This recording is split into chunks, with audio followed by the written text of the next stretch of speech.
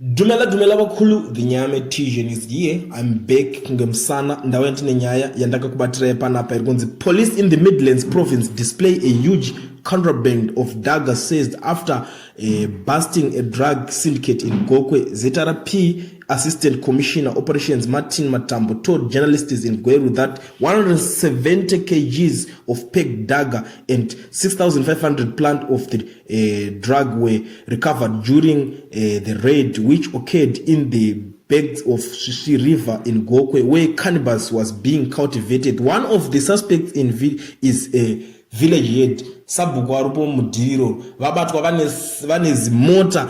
rakazara nemambanje kuna vamwe vanodziti mbanje vamwe kuti mpanjere ameno munongotaura zvinhu zvakasiyana siyana vamwe vanoti skanki vamwe vari kuti ameno mazita akawanda anopuwa zvinhu izvozvo asi ndo zvinhu zvavabatwa vanazvo zvinodhaka zvakaita kuzadza rori iko zvimwe zvipolisi yatovabata unongoziva vakomana venhikirikini ava vakomana vacho havatambe manje maseti nesupport unit havaite zvekumafanisi ndo mufananidzo yacho wamuri kuoneyo.